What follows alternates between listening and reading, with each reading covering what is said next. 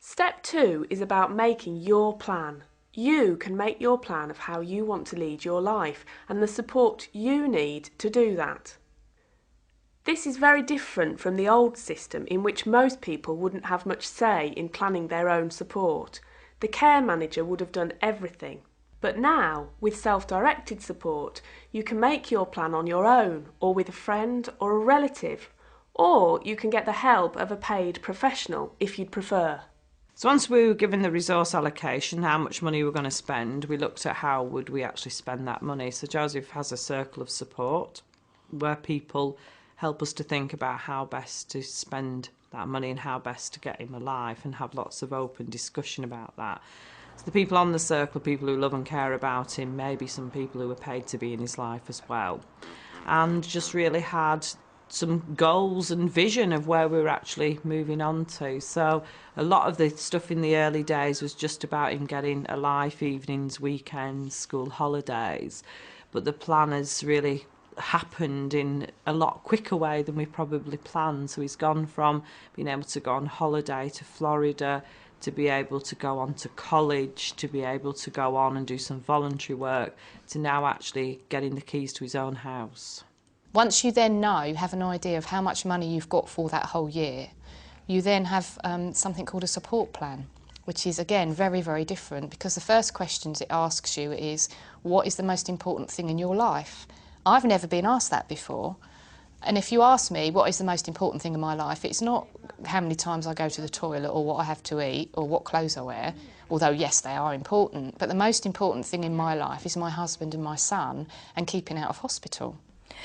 In the support plan, we looked at a 7-day week, and we looked at what natural support he would have, and what two-to-one support he needed, and what one-to-one support he needed, what activities he did during the day, what leisure time he had at night, what chilling out time he did in the evening or at weekends, and we looked at all that and planned it together, me and my husband. What individual budgets has really done is help people to think about doing things in a very different way.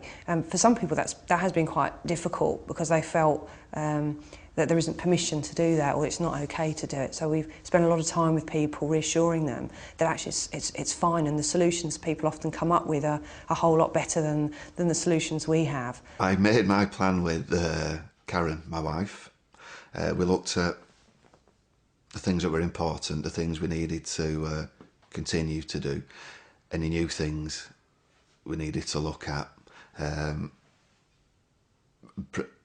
Pretty much what could we do to carry on living as we had been. You know, we've always said we just want a life, we don't want a service. Well, I had to make a plan with my social worker, and she asked me what I liked doing and what I didn't like doing, and what I would like Pam to do, and what I could actually do with Pam. If I wanted to go anywhere and do things, I can do it, and pay people to take me.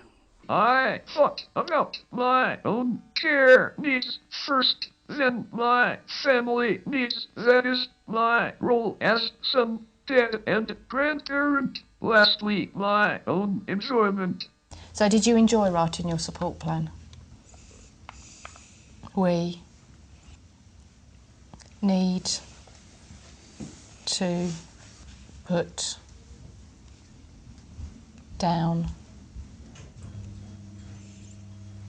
things we can't do. But you have to do that to identify what you want to change, yes. So it's something you have to go through to get a better outcome, yes. For some people, what they like to do is talk to someone else who is already using an individual budget. Few things I thought were great when the social care staff and the old individual budgets users were assisting the new people who were thinking of going on individual budgets, and said to think outside of the box when doing our support plans. I made my plan with my mum, with a family friend, and with help from Caroline Tomlinson. And we spent not ages, but time talking about it, and then putting things down on piece of papers and all this lot. And then eventually we asked Caroline down and she looked at it and all, you know, and she helped us. And then we sent it in, and it was all agreed. And everyone said that's the best plan they've ever seen in their careers. I think the most important things about the support plan was the flexibility and the choices. Keith knew himself where he needed the support and where he needed the help. He knew really best how to help himself. And it was just taking that and adapting that into the support plan. Some of the things were quite imaginative, but for him, it's changed his life. I think thinking of my plan was quite a good experience, really, because it gave me some time to think what I want to be doing. People do start thinking about how their whole life is going to work. So they start thinking about the possibilities. And I think in George's case, he was thinking in terms of actually having a holiday. And so while he was actually writing his support plan, he could just do it. So I phoned up my friend, Abraham, who was actually in the process of booking a holiday. I'd recently told him that I was being allocated some money for a holiday, and he said, "Would you like to go?" And I said, "Well, yes, that'd be nice, you know, but I won't infringe on your privacy with your partner." And he said, "No, not at all. You're like a brother to me." And it was so.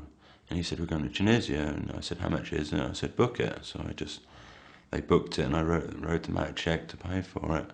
I know that in George's case that his care coordinator was talking in terms of respite care for him.